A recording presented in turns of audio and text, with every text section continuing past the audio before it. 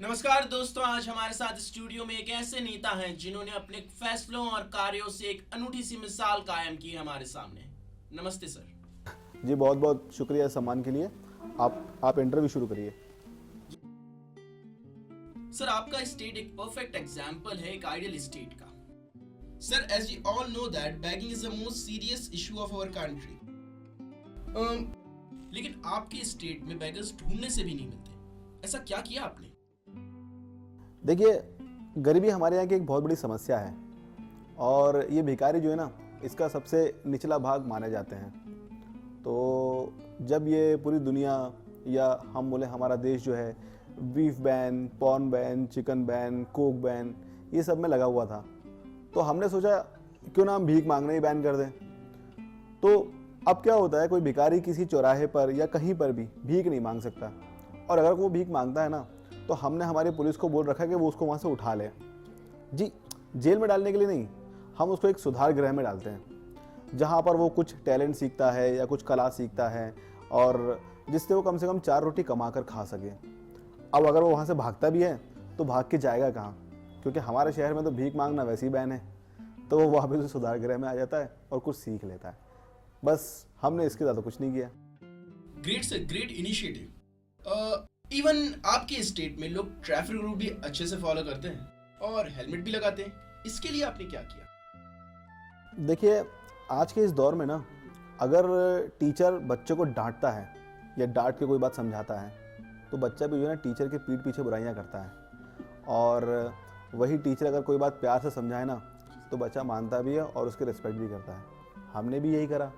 हमने हमारी पुलिस को हिदायत दी कि आप लोगों को समझाओ कि अगर लोगों ने हमको वोट दिया है ना, तो हमारा फ़र्ज़ बनता है कि हम उनकी केयर करें, और इसके लिए हम उनको बिना हेलमेट के तो कभी नहीं जाने देंगे कहीं पर भी। तो हमारी पुलिस को हमने बोला कि आप चलिए जुर्माना लगाइए उन पर, बट उस जुर्माने के बदले में आप उनको एक हेलमेट दे दीजिए। इससे होगा ये कि वो बेचारा कभी ना कभी तो हेलमेट लगा कर ही आएगा ना। अब घर में कितने हेलमेट इकट्ठा करेगा और हाँ, हेलमेट सेकंड हैंड थोड़ी बिकता है। बिल्कुल सर, ये तो काबिले तारीफ है। सर, इस वजह से लोग हेलमेट तो यूज करेंगे। सर, अभी एक रिपोर्ट आई है मेरे पास। इस रिपोर्ट के मुताबिक आपके स्टेट में अनएम्प्लॉयमेंट रेशियो लगभग 0 है। अ, ये हमारे देश का सबसे बड़ा थ्रेट भी है। इसके लिए आपने क्या किया? देखिए, ज़रूरी नहीं है कि आज के दौर में हर इंसान जॉब करना चाहता हो। आज नए स्टार्टअप्स का ज़माना है। सरकार की नीतियों के मुताबिक ये जितनी बड़ी बड़ी कंपनीज है ना, इनको सीएसआर करना कंपलसरी होता है। और सीएसआर में ये लोग करते भी क्या हैं, या तो फल सब्जी वितरण कर देते हैं या गरीबों के लिए कुछ समाज सेवा वाला काम कर देते हैं अरे ये सब करने के लिए तो हम नेता लोग हैं ना। और आजकल अगर देखा जाए ना, तो जो नया युवा है वो कुछ ना कुछ नए बिजनेस चालू करने के लिए जगह जगह भटक रहा है। जैसे ई कॉमर्स हो गया, मोबाइल एप्लीकेशन हो गया, या फिर ये मल्टीमीडिया हो गया। और इसके लिए वो उनको फंड अवेलेबल नहीं हो पाता है। तो हमने इन कंपनी से यही आग्रह किया, बड़ी कंपनी से, ताकि वो इन नए नए स्टार्टअप्स के अंदर पैसा लगाएं।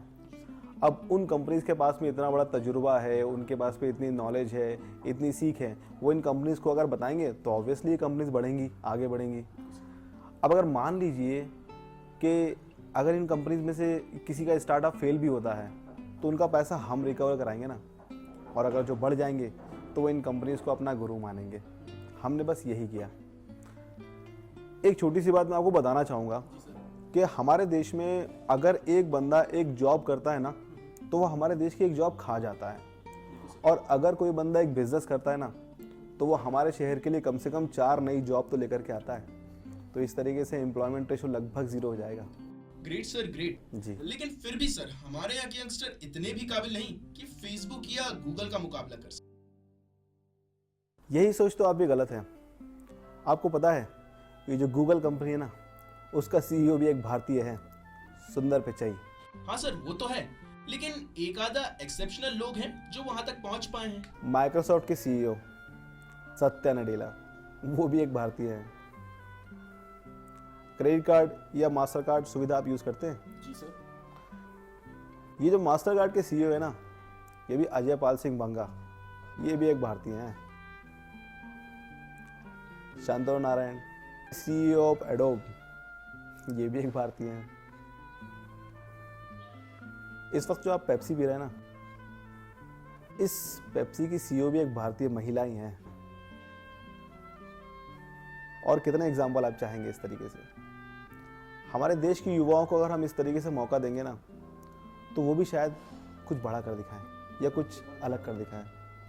एक पेपर बांटने वाला बंदा अगर मिसाइल मैन ऑफ इंडिया बन सकता है और इस देश का राष्ट्रपति बन सकता है, तो हमारे देश के युवाओं को अगर हमने सही दिशा दी तो वो कुछ अलग तो कर दिखाएंगे ना। Sir you are great sir, और आज आप मेरे भी आइडल बन गए। यही नहीं सर, आपके जैसे लीडर की जरूरत इस देश के हर स्टेट को है। मैं कोई लीडर नहीं हूँ, मैं भी इस देश का आम आदमी हूँ जो अपने इस देश के नेताओं से ऐसा ही कुछ चाहता हूँ। अब आप लोगों के ऊपर है कि आप मेरी इस बात को कितना लाइक करते हैं, कितना शेयर करते हैं और कितना वायरल करते हैं, ताकि ये बात देश के दूसरे नेताओं तक पहुँच पाए। देखिए, जब लोग हम नेताओं को वोट देते हैं ना, तो वो हमें एक आइडियल पॉलिटिशियन ढूंढते हैं। अब बदले में हमारा फर्ज बनता है कि हम उन्हें क्या दें।